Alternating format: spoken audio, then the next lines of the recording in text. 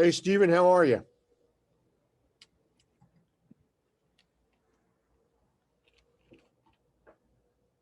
Hello, Dr. John. Hey, Stephen, how are you? Good. How are you? Good, thanks. Sorry for Looks the delay. oh, no worries. Looks like you have nice weather by you. Well, if you look at the weather forecast, it says rain every day. That's what Uh, it's doing here right now. where you located? Pennsylvania. That's right. What part? Pocono, like right by Scranton. Okay. So I know you said you had family there, right? My dad grew up in outside of Wilkes-Barre in Wapwalpin and Shikshinny, and Okay. so I know Wilkes-Barre pretty well. I've been in Scranton like once. Yeah. It's actually in the 50s here right now, Oh wow. which is pretty crazy. Let's see, and when I was in Boy Scouts, we used to go to Sky Lake, which was close to the New York border, Okay. and then we used to do Lake Wallenpaupack. Yep. I've Uh, I've been to Lake Wampaupack many times. and then my family had actually was an aunt and an uncle on on Harvey's Lake, and then we used to do vacation there. I liked that place a whole lot better because they had a really cool boathouse on the lake, and it was a bigger lake. But we also used to go. I don't know if you're familiar with it. Lake Silkworth, I'm not. and Lake Silkworth was not quite as big, but the only I don't think you could use motorboats on it or run a motor on the lake except like on Saturday, Okay. which is weird. It doesn't sound right, but um, we had the house that we used to rent. We had a rowboat and a canoe, and on the other side of the lake was an old 1950s dance hall, like with the outside dance floor and everything. Mm-hmm. And I never remember it being used while we were there, but it looked like if my memory serves me right, they still used it, just that it was never in operation when we were there. Of course, I was like junior high or maybe a freshman in high school, so Now it's probably a wedding venue or something like that. I'm thinking the vegetation took it. Well, you know what? It probably is an apartment complex. Probably. Or Airbnb. Yeah. But So you want to talk about the crisis case study, right? yes. So I actually had two questions. One was we'll start with the discussion board. So Okay. we're just pretty much redoing our press release and then uh, posting it in there based off of the feedback and then writing about it like a blogger. Yeah. So what happens in modern um, public relations and marketing, and the line is always blurred. There are public relations agencies that if you looked at them, you would think that they're actually marketing agencies. Um, and then a lot of marketing agencies do work that's public relations oriented.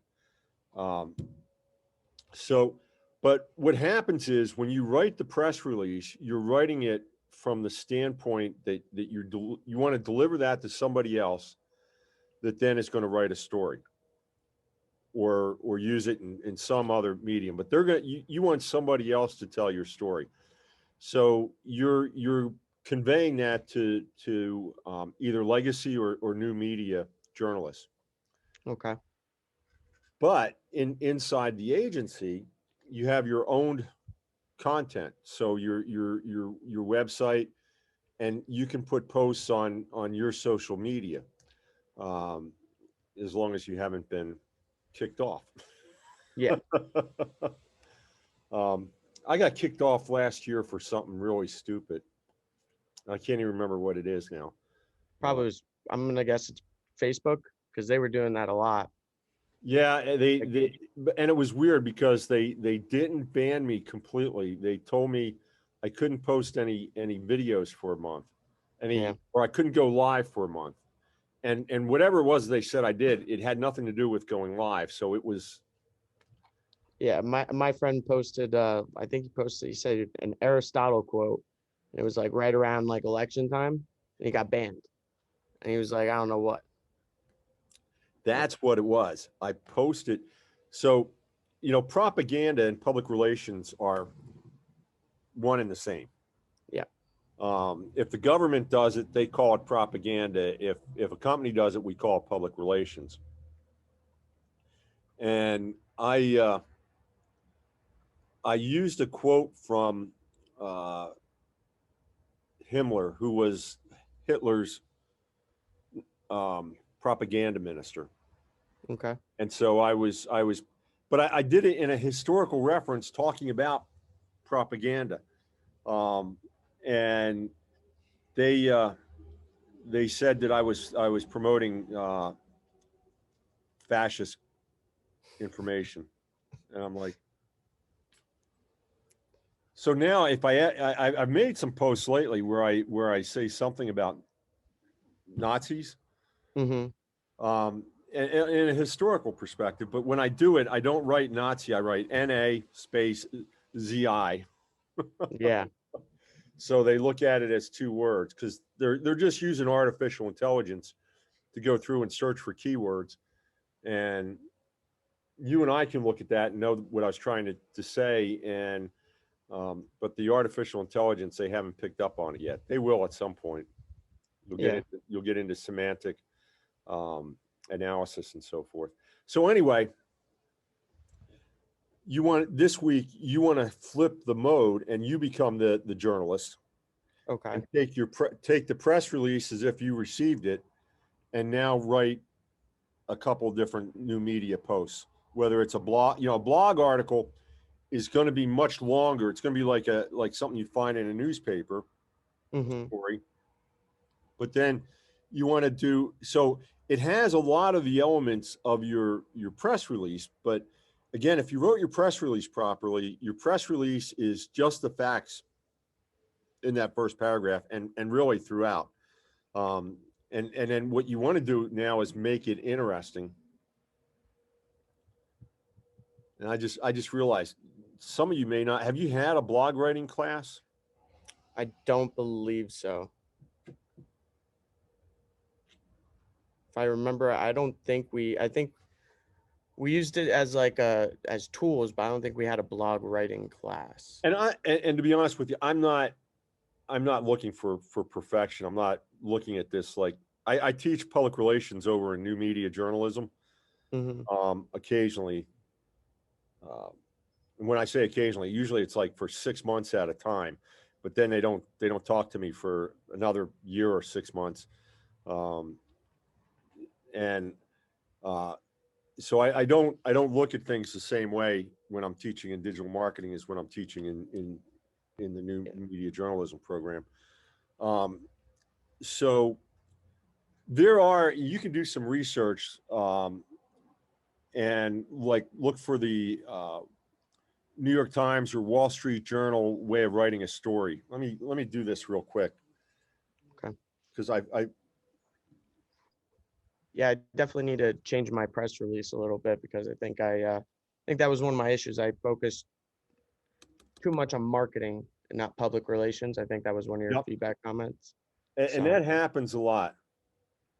yeah, it's the first time it's more or less it's something different. So but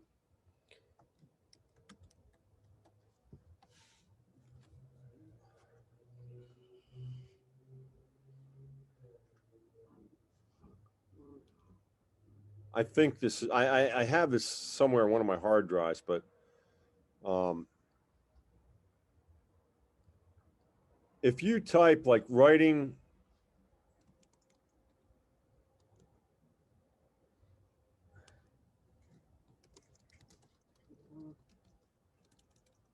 here, let me put this one.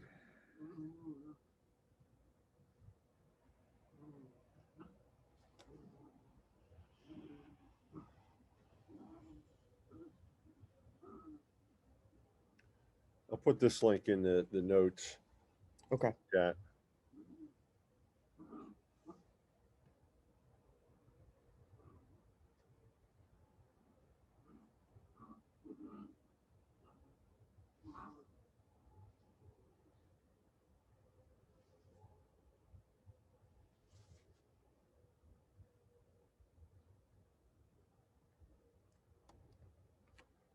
this is not this is close to what I was thinking. I've got this somewhere on either in Evernote or notes but I thought if I just did a search, I could find it.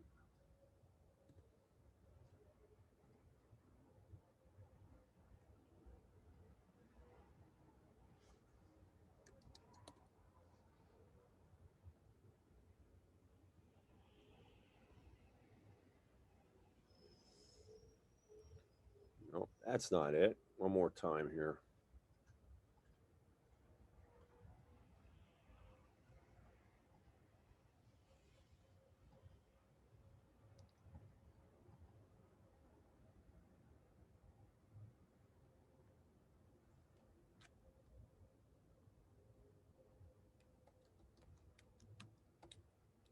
So overall, we're doing three different parts to it, right? Yeah, what you want to do is like a blog post, a Facebook, and a Twitter or an Instagram. The Twitter, I mean, and the probably the toughest one is the blog post. But you know, Twitter and Instagram, all you need to do, like for Instagram, all you would need is the a picture or a similar picture to what you included in the press release, and then you know, a good headline to go Okay. with it. Okay. And Yeah, I need to change the picture and find a new one.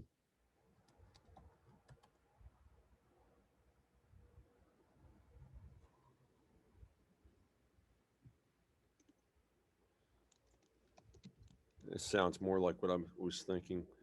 Um,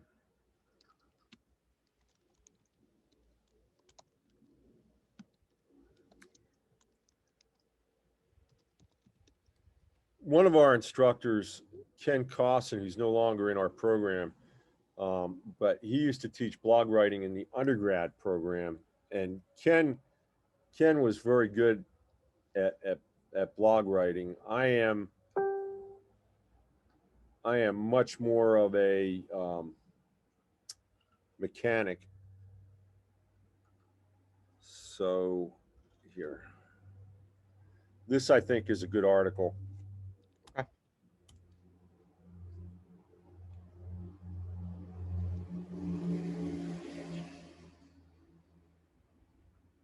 And it basically what you want to do is just look at the way that where do you put your lead and where do you put the meat of the story.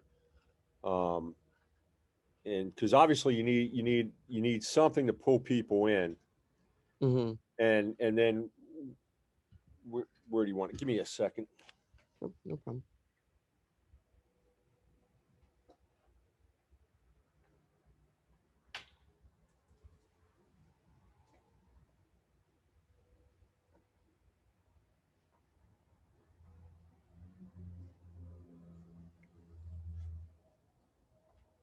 I've got two baby puppies. They're 6 months now, and they were trying to eat a rock, Oh, but it was small enough that they could have swallowed it. Which that would not be good. no, they're two dachshunds. Here, I'll show you.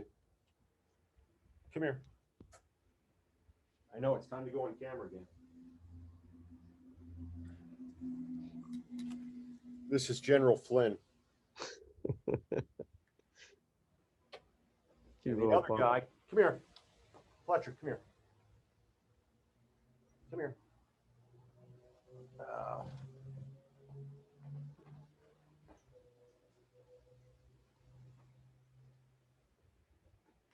And this is his brother, Admiral Fletcher. Look identical. Yeah, well, there one is dark. One has a lot more dark to him, and the other one is lighter. But his hair is kind of curly. It's not long, but it's just curly. Um, but they're quite the pair. I'm launching a web series where the three of us do movie reviews. That would be pretty cool. Here, I'll give you. All genres or just Yeah, we haven't started yet because I've been too busy. I plan to launch in the fall, okay? but oops.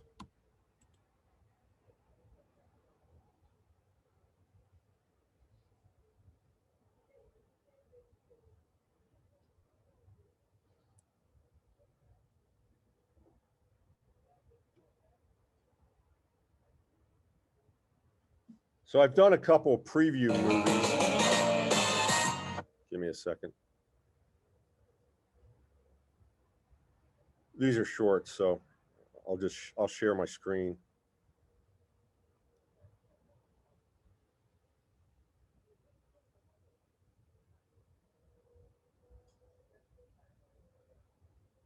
And here we go. Fletch, check this out. Look at how high these chairs are. And they want us to work in them? Can you hear okay? Yeah. Ridiculous. Come here, try it out. Hey, Flynn, I see what you mean. These chairs are pretty high. I think we need to order some new ones. We need to order appropriate size chairs for doxies. I think we need to order from Big C. What do you think? Yeah, I think so. Let's order them. Let's get it done, Earl. Yeah, let's take a look. Big K9 came through. We got the chairs, Flynn. We got the chairs. Now all we got to do is put them together. Get your tools, nuts and bolts, barks and wolves.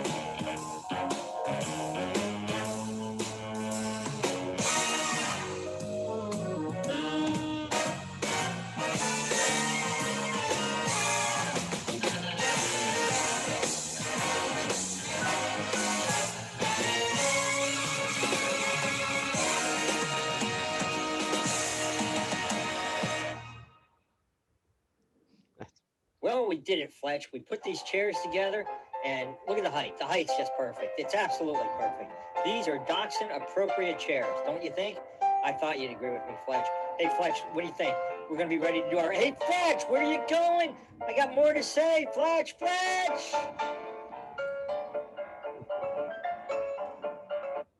So That's we'll cool. do, I think the first official movie we'll do is Disney's Cruella. But I've done serious film criticism before, Mm-hmm. and so we'll do it as a serious review, but the comedy will be the dogs. Yeah. So, and the way I'm trying to develop their personalities. Have you ever you've seen Cheers before? Yes. TV show. So, um, like Norm and Cliff Claiborne, will be the one kind of real over the top intellectual and one kind of just a normal guy. Okay. Will be the way that I kind of develop their personalities. So it takes a lot of writing, and I started, but I wanted to make sure I had plenty of time to get into the groove. So that's why this fall. But I did this one, and I did another one where we introduced the concept. So if you want, this is the channel.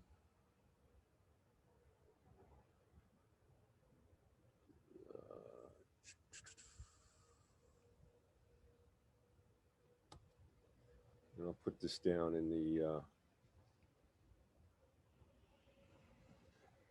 Oh, here we go.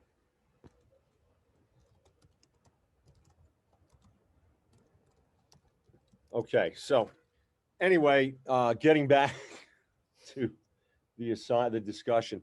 So that's all I'm looking for is a simple blog, a Facebook post, and an Instagram post or Okay. a Twitter. They should be slightly different. because each channel has its own unique calling in terms of who interacts with that channel. So the content you want to tailor to that medium, but it's pretty straightforward after you get whereas, as soon as you start working on the blog. Okay. All right. Does that help? Yes. Okay. All right. Now for assignment 4, I'm doing this solo, Okay. and I got to tell you, if I were doing it, that's the way I would do it. yeah, honestly, I'm gonna be completely honest. I didn't know where the discussion post was, and I didn't even realize it. And then I looked at the assignment to be like Sunday night or Monday morning, and I was just like, oh my gosh, I forgot to post. And I saw other people that do, so I was like, oh, okay. But many people said solo to it too. But I don't take any points off on that. I'm just looking, I'm trying to get you engaged in it. Yeah. Is all. And solo is fine.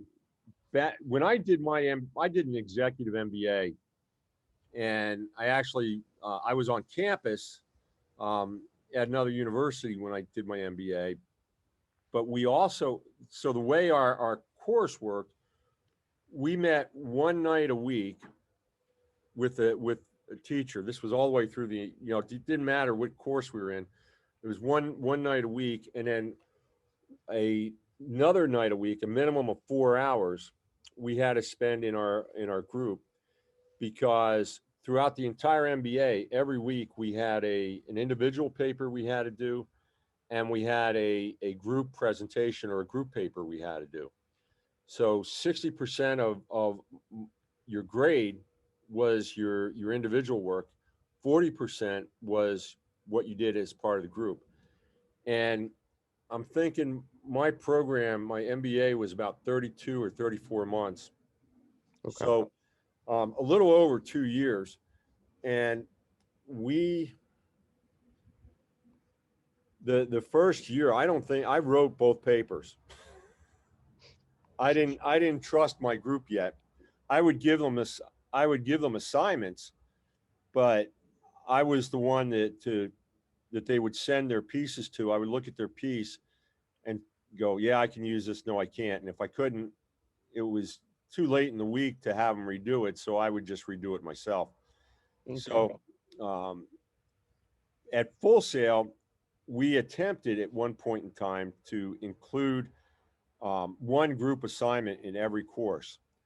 And mine is probably the only one that's still out there in any shape or form. And I was reluctant to get rid of it completely, because I had a couple of students say they really liked working together in a group, but then I had other students just beat me up horribly, and I couldn't disagree with them on some of what they were saying. So I'm probably a month or two away from just making it an individual assignment period with no option. It's hard. It's hard, I feel like, on a online program. Well, and when you think about group dynamics, it takes a while for a group to come together. In my instance with my MBA, I mean, we worked. It didn't take a full year for them for us to get to be a decent group, Mhm. but it took us over a year to get to the point of where we were performing at a high level. Yeah.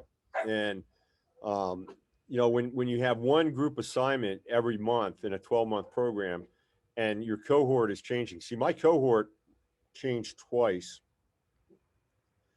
We went through half the program, we were with one group, and then the second half we switched because we all went to our individual majors.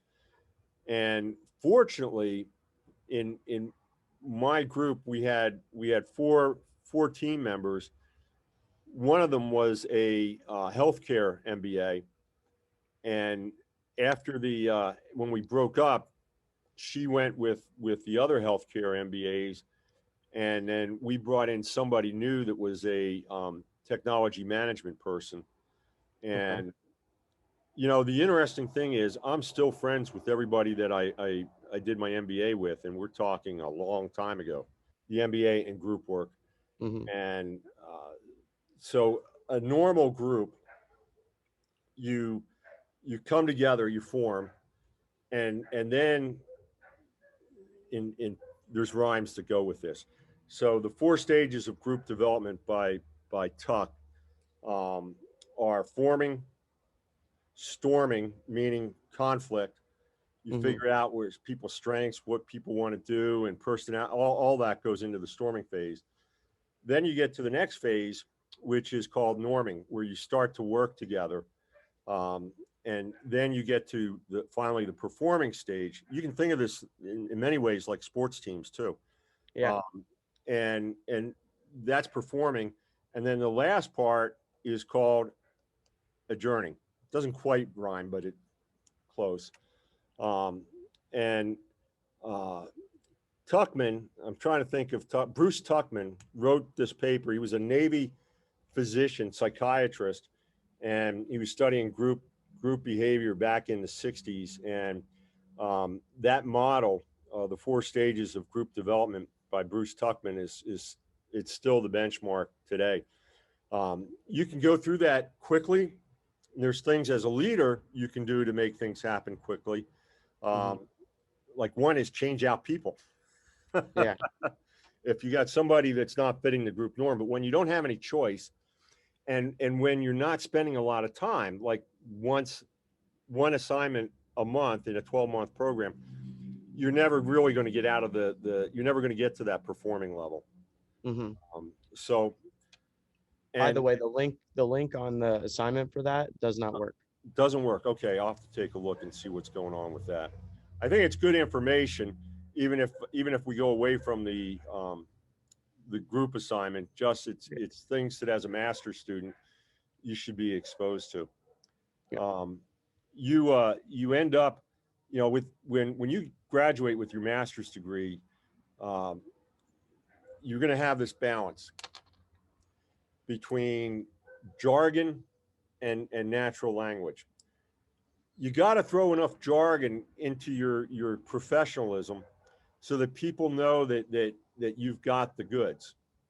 But if you put too much jargon and not enough natural language, common sense, um, then people think you're too intellectual, and they won't work with you, or they won't enjoy working with you because you're talking above them. But Mhm. you've always got to let people know that hey, I know these. If you want to talk theory, I can talk theory with you. If you want to get down to how we make this work, I'm your person for telling you how to make this work. Um, so that's the balance. But what that means is you've got to be a good reader, a good researcher, and that's what being a master is all about. Being able to do heavy duty research quickly, master the topic, and then be able to share it with your client. Most consultants have a master's degree. Uh, Okay. there you can certainly contract and do one-off work and consult without the master's degree, but with it, you're able to charge a much higher hourly rate, and you're able to um, uh, really take on much more significant projects, which would account for the better pay opportunities. Yep. Okay. Yep. All right. So on that assignment, uh, like I said, I prefer doing it individually just because of everything I've just talked about. Yep. I Okay. agree. Alright.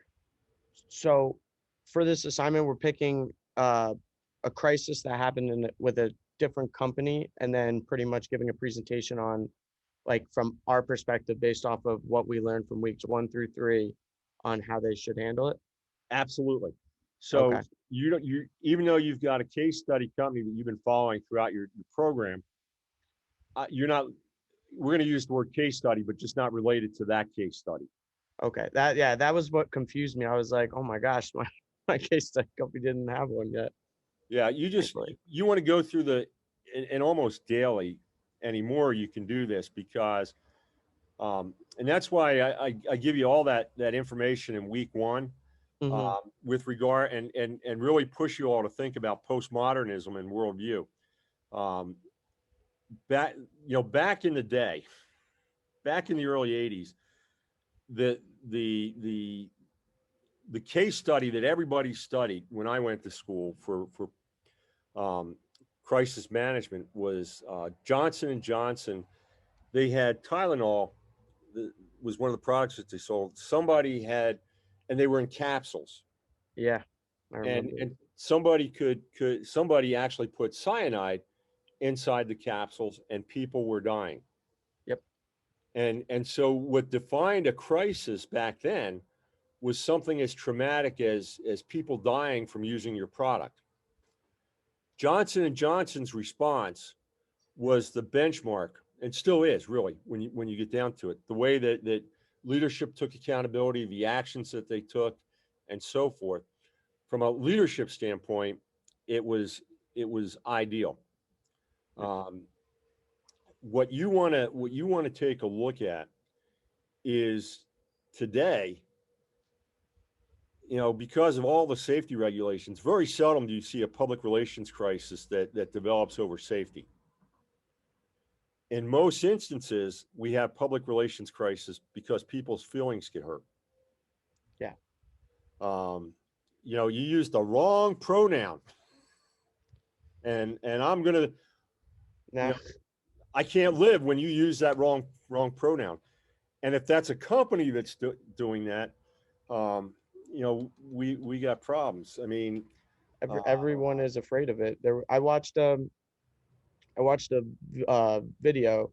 There was a radio host. I don't know where he was located. I think it was in New York, and he quit live on air because I guess he made a comment that hurt the one side, and his boss told him he couldn't do it. And he's like, "Well, this is what I do. I speak freely."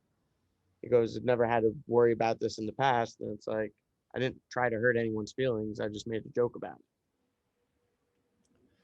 it. so that worldview call it political correctness, call it whatever you want.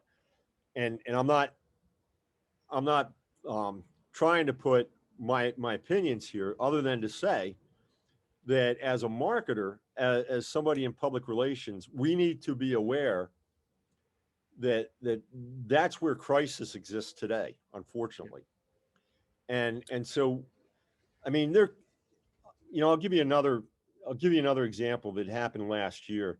Um, Remember, there was a United Airlines, and they were overbooked, and they needed to make room for one of their own employees to get to their job in another airport, and so they needed to have somebody um, give up their seat so I think that, there was I think there was a viral video about that. yeah, there was, Yeah.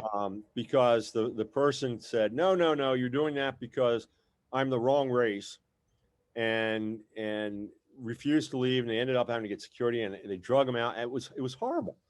Hmm.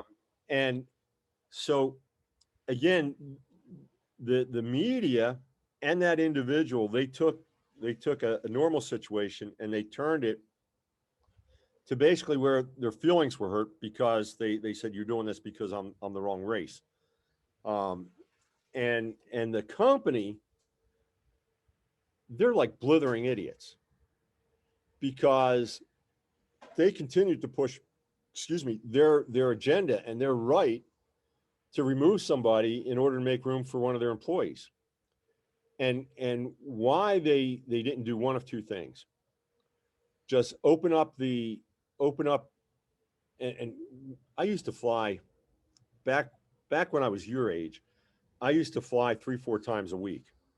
Um, so I was in airports and on airplanes for a good portion of my life when I was younger. And you know, I used to love when they get on the microphone and say, we need somebody to give up their seat, and we're willing to do XYZ. And sometimes I might be ready to fall asleep, and I just close my eyes and go back to sleep again. And then if nobody, they would always sweeten the pot, right? Um, we'll give you 2 round trips for you and a companion. And all of a sudden I'm like, that's me, and raise my hand. But it's like anything with supply and demand. If the supply is low, you're going to raise the price. And they should have raised the offer. Um, or at the very least, made the offer to anybody on the plane. Hey, we need an extra seat if you're willing to go. Um, and you know, the reality is very seldom, you know, your first offer, unless it's useless, um, people are going to take you up on it. So why they didn't do that is beyond me. But so there were a number of management mistakes and then a number of management miscommunications. And they didn't follow up um, with good executive communication right away. For Okay. example, there should have been a PR person that, and now I'm not getting into the meat and potatoes yet, but the PR person who's really an executive coach should have said to the CEO, "This is beginning to spin out of control. You need to admit that we were wrong, and you need to apologize to that passenger." That should have been the first two actions that were taken, but that happened way down the road. Um, and so when you're looking at a crisis, what determines whether or not it's a crisis? If it's getting more and more media attention, and if it's spinning out of control. Okay, if I say something that's wrong and then I correct myself and fix it right away, that's not a crisis. Um, you know, I hope we're still a society that allows people to make a mistake and correct it and move on. Um, but if what we're looking for in terms of a public relations crisis is one that spins out of control, starts to get more and more media coverage, and it's all negative. So, from a public relations standpoint, the first thing that the public relations people need to do, and this is why in week one I have you do the stakeholder chart, and Hmm. why I say, you know, it's got to be an exhaustive group. You want to look at your supply lines, you want to look at people in your that you affect in your geographic and demographic arenas, because now what you want to do with a crisis is you go back to each stakeholder and you sit down and you write an analysis as to how it's impacting them and Okay. what do you need to say to each different stakeholder. For example, for United Airlines, when they had that issue, they should have been communicating um, to their supply chain stakeholders that they were going to correct the problem quickly and that they would be back to normal in a very quick way. So to the supply chain, that's all they needed to say. But you need to go through and look at each and every stakeholder and ask the question, what do we need to communicate to this group of people? Okay. Okay. And that's how you begin. Now, I said that's the first step. Actually, always the first step is monitoring and the business research. Um, so that's how week one comes into play with this assignment. Okay. Okay. Um, then, you know, obviously you got to communicate, and the way that you're going to communicate primarily is with press releases. So, Yeah. you know, are you going to put out one press release? You're going to put out two, three?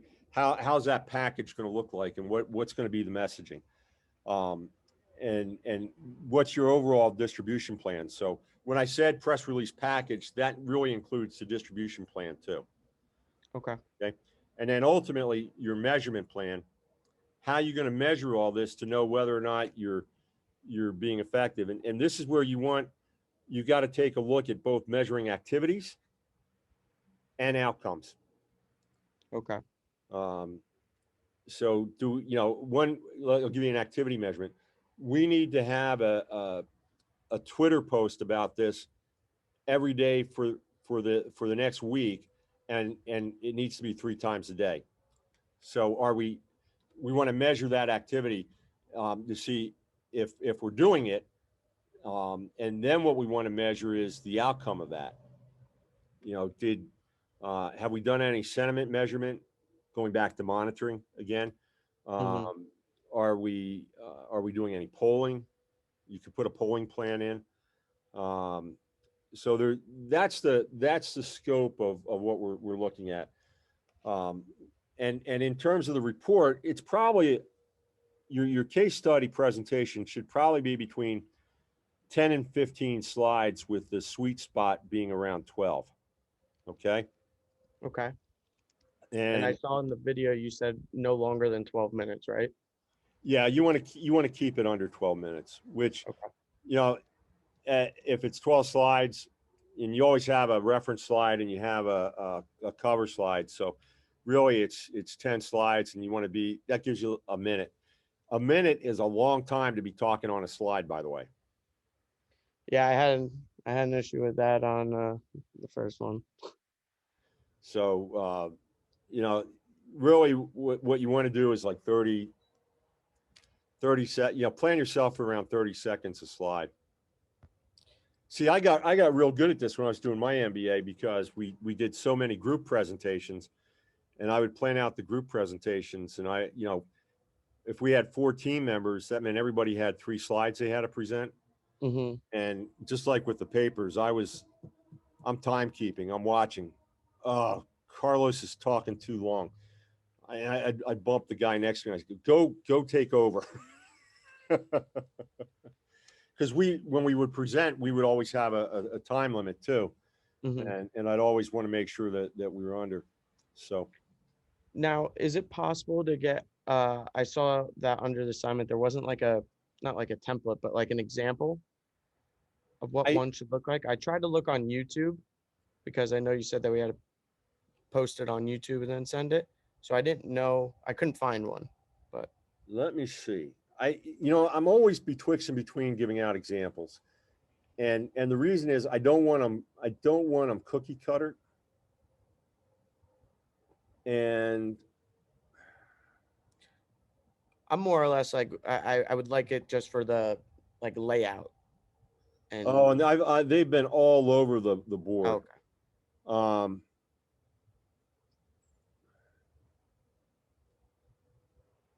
Let me see what I got here.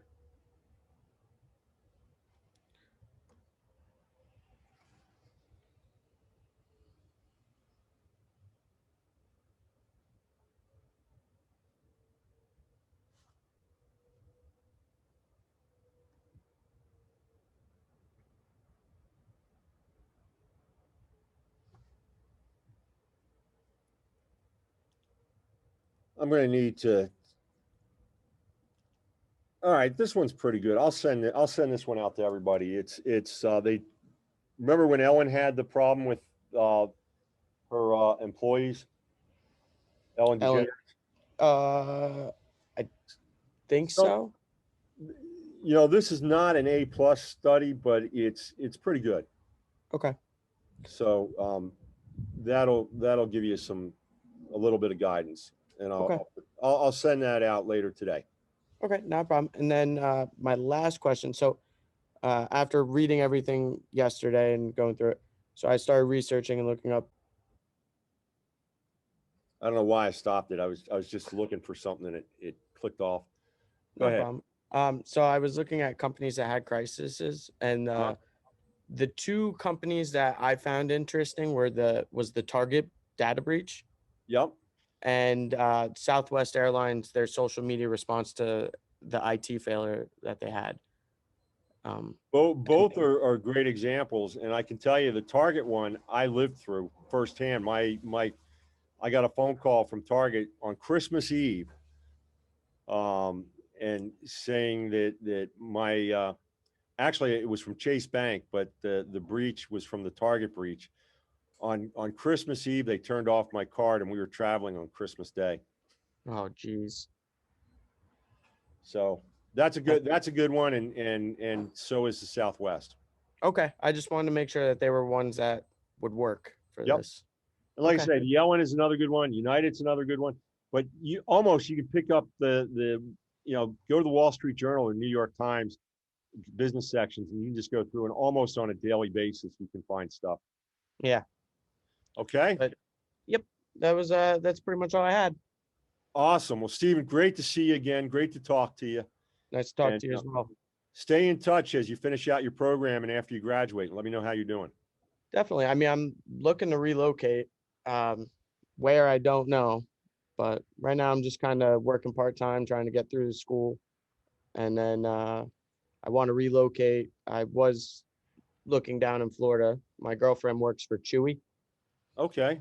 so they have a that's where their headquarters is. So she was talking about how she could, because I would like to go somewhere where she doesn't have to quit her job too. She could Yep. transfer.